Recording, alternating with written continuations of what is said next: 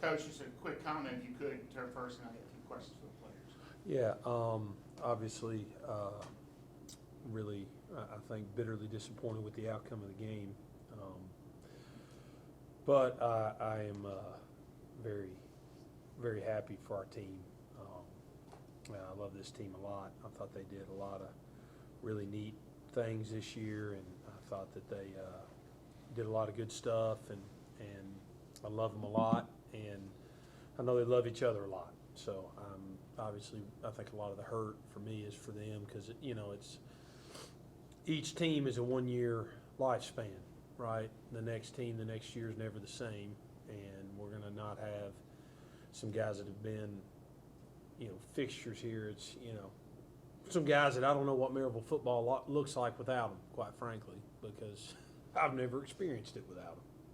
So we got a lot to figure out, but hats off to DePaul. That's a fabulous football team. That's a really good team. That's the best team that we've played this year by a pretty wide margin on both sides of the ball. They were big, and they were fast, and they were physical, and they were well coached, and they made a lot of really good plays. So hats off to them. Tyler, can you put the season in a capsule right yet? Can you do that yet? How such a good season it was, and what you're feeling right now. I'm proud of this team, proud of everything that we've accomplished. I truly believe this is the best team that Maryville College has ever had. So it's a disappointing way to end it. I think we're better than what we just showed out there, and so it's hard to hang your hat up like that. But again, I couldn't be more proud of this group of seniors and all the brothers I've made along this season. Bryson, you guys had some drives in the second half that just ran out of steam there, deep in their territory. You guys threw the ball, I think, through 369, which we ran back with. So what was working well for you today in the passing game? Yeah, we talked about getting out of the pocket.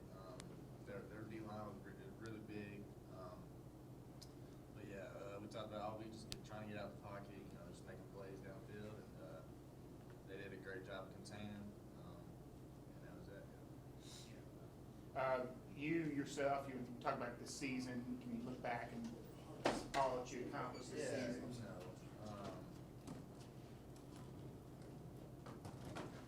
It's been a really special group. A lot of distraction going on, but a really special group, but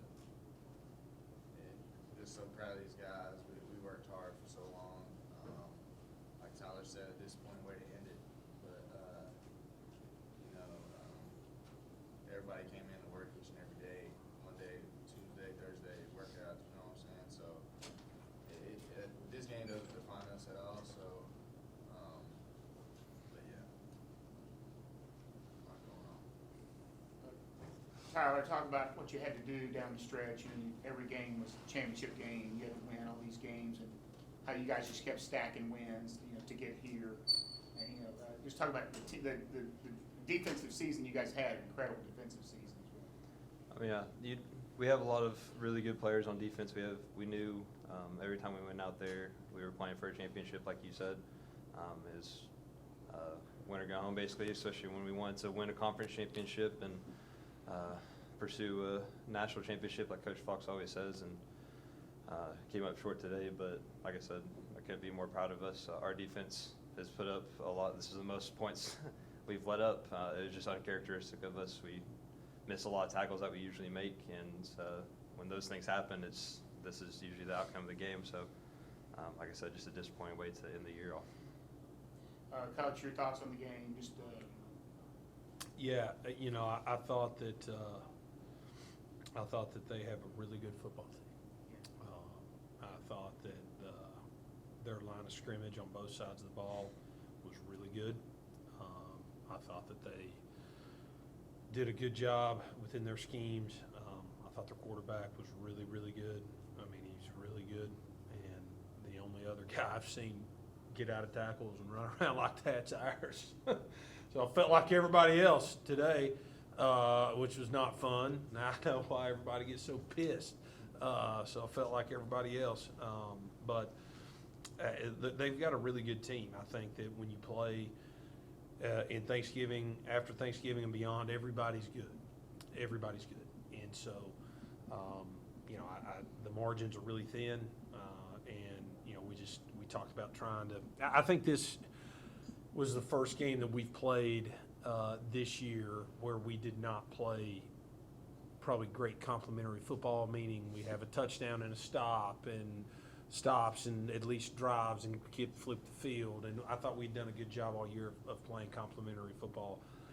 I don't think we did that exceptionally well today, if I'm being honest. I'm not trying to be a downer. I don't think we did.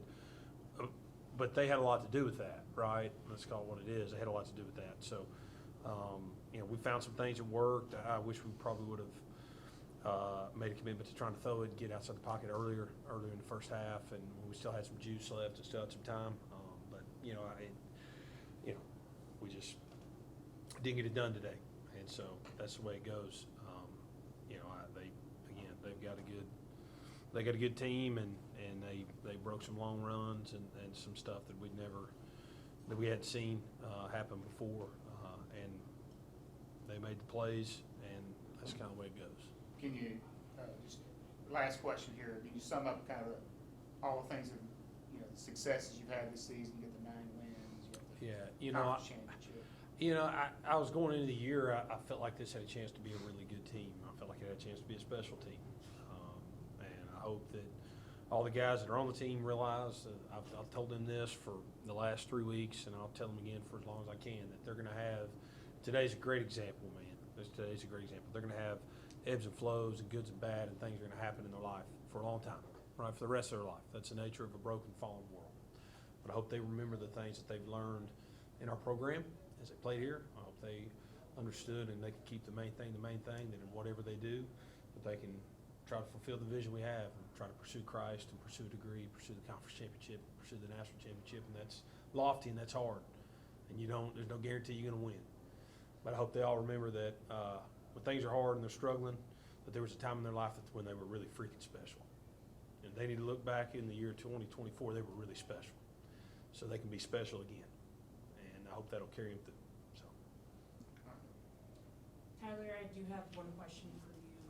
You know, as a senior, what are some words of encouragement to your underclassmen, to those that you're essentially passing the torch to after a season like this?